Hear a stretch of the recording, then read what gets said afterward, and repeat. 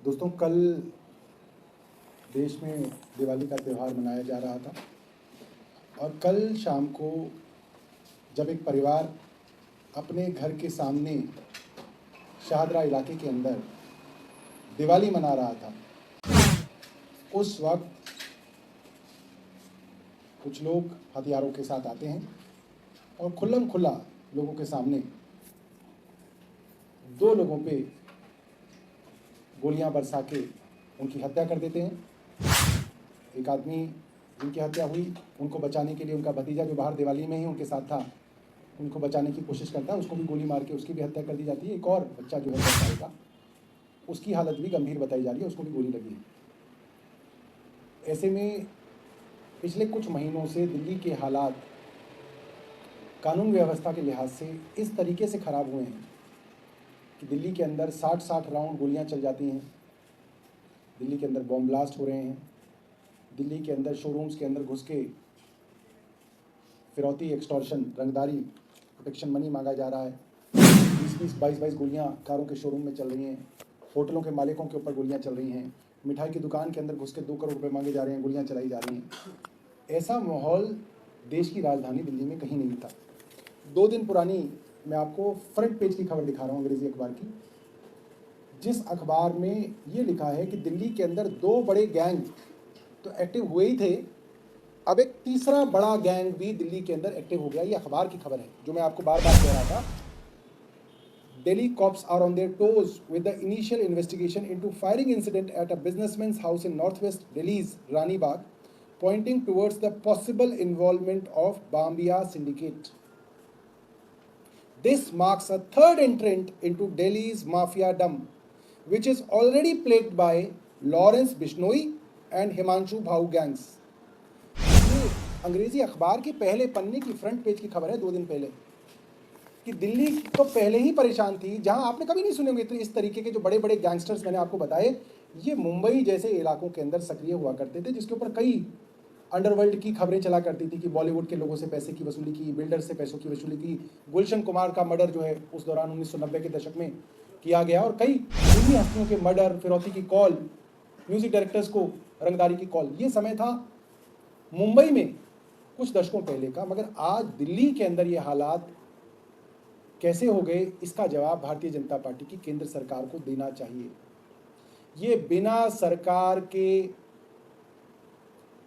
आशीर्वाद के, बिना सरकार के जानबूझ के किए गए ढीले ढाले कानून व्यवस्था के नहीं हो सकता, ये संभव नहीं है। केंद्र सरकार ने दिल्ली की कानून व्यवस्था को इस तरह से लचर कर दिया है कि इस तरीके के बड़े बड़े गैंग्स जिनके सरगना जेलों में बंद हैं, गुजरात सरकार की जेल में बंद हैं, वो सरगना कैसे इतने बड़े बड़े गैंग्स ऑपरेट कर रहे हैं, ये सवाल भारतीय जनता पार्टी की सरकारों से पूछा जा रहा है। इस तरीके से इतने बड़े बड़े गैंग्स का सक्रिय होना, और मैं आपको बता रहा हूं, आप जाके पूछिए, लोग दहशत में इतना है, लोग इन गैंग्स का नाम नहीं लेना चाहते हैं, लोग इनका नाम नहीं ले रहे हैं टेलीफोन पे, इतनी दहशत है लोगों के घर में। जिस कार शोरूम के अंदर 22 गोलियां चलाई गई, उनके बीवी बच्चे शोरूम में मौजूद थे जब हम गए। मैं और राजेंद्र नगर के विधायक दुर्गेश पाठक जी जब उस शोरूम में मिलने गए, तो जो वो 5 शोरूम के जो पार्टनर थे, उनके बीवी बच्चे, बाप माँ शोरूम में मौजूद थे, क्योंकि वो इस दहशत में थे कि पता नहीं अब कहाँ गोलियां चल जाएं। और पुलिस को बार बार कहने पर भी उनकी सहायता नहीं दी जा रही। आज दिल्ली के हालात बहुत खराब हैं। लोग कैसे घर से निकले, कहाँ गोलियां चल जाएं, कहाँ चाकू चल जाएं, किसी को कुछ नहीं पता। और देखिए, सबसे बड़ा बट्टा एक और लगा, फ्रांस के राजदूत की जेब कट गई दिल्ली में। French ambassadors phone stolen. और ये आप किसी भी दिल्ली की कॉलोनी में चले जाइए, आप ग्रेटर कैलाश में चले जाइए, आप पंचशील में चले जाइए, आप वसंत कुंज में चले जाइए, आप वसंत विहार में चले जाइए, आप द्वारका में चले जाइए, आप रोहिणी में चले जाइए, जो लेडीज फोन को हाथ में रख के मॉर्निंग वॉक करा करती थी, उन्होंने फोन को हाथ में रखना बंद कर दिया है। लेडीज अपने घर से बाहर मार्केट तक सोने की चेन पहन के नहीं जा रही हैं,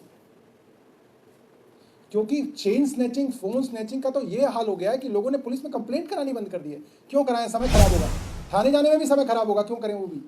आप किसी भी कॉलोनी में सर्वे कर दीजिए, पूछ लीजिए कि पिछले 1 साल में कितने लोगों के फ़ोन और चेन स्नैच हुए हैं, आपको काफ़ी सारे लोग मिल जाएंगे और ज़्यादातर लेडीज़ मिलेंगी उसके अंदर। क्या ये पुलिस की जानकारी के बिना हो रहा है? जब दिल्ली के चप्पे चप्पे पे सीसीटीवी कैमरा है, लोग सीसीटीवी कैमरा की फ़ोटो निकाल के भी दे देते हैं तो भी नहीं पकड़े जाते हैं। ऐसे ऐसे तो मैं अपने एरिया के अंदर ही बता रहा हूँ आपको, अपनी कॉन्स्टिट्यूंसी के अंदर मैं आपको बता रहा हूँ, लोगों ने सीसीटीवी कैमरा निकाल के दे दी फुटेज की ये लोग हैं। अब वो आदमी तो कैसे ढूंढेगा, वो तो केंद्र सरकार की पुलिस को ढूंढना है, वो भी नहीं हो रहा है। ये तो राजदूत थे, फ्रांस के राजदूत थे, तो इनके लिए सीसीटीवी कैमरे ढूंढे गए, सीसीटीवी कैमरे में आदमी को ढूंढा गया तो उसको किया गया। मगर ये बहुत शर्मनाक है। जो फ्रांस के राजदूत हैं उन्होंने जब फ्रांस में बताया होगा तो हमारी क्या छवि बनी होगी पूरे के पूरे यूरोप के अंदर कि यहाँ पे फ्रांस के राजदूत जो है वो इनका बाजार घूमने गए, उनका फ़ोन चोरी हो गया और इस पर केंद्र सरकार का कोई जवाब नहीं आता, कोई बयान नहीं आता। कहते भाई ये तो ऐसी है तो ऐसी चलेगी, कोई जवाबदेही नहीं है। इनके सांसदों से पूछ लीजिए वो हाथ उठा देते हैं, इनके मंत्रियों से पूछ लीजिए वो हाथ ही नहीं आते हैं, इनके एलजी से पूछ लीजिए वो तो हर चीज़ के एक्सपर्ट हैं, सिवाय उनका जो काम है उनको वही नहीं आता, बाकी सब चीज़ों के एक्सपर्ट हैं। पेड़ काटने की परमिशन कौन देगा नहीं पता उन्हें, मगर बाकी सब चीज़ के वो एक्सपर्ट हैं। तो कोई तो बताए दिल्ली वालों को, भाई आपसे अगर दिल्ली की कानून व्यवस्था नहीं संभल रही, आप क्या दिल्ली चलाएंगे? आप तो बोलते हैं कि हम दिल्ली चलाएंगे, हमें दिल्ली वाले एक मौका दें। इसीलिए दिल्ली वालों ने इनको 27 साल से मौका नहीं दिया, क्योंकि जिस चीज़ का मौका दिया इनको ना ट्रैफिक संभला इनसे, ना इनसे लॉ एंड ऑर्डर समझा, और ये बहुत शर्म की बात है।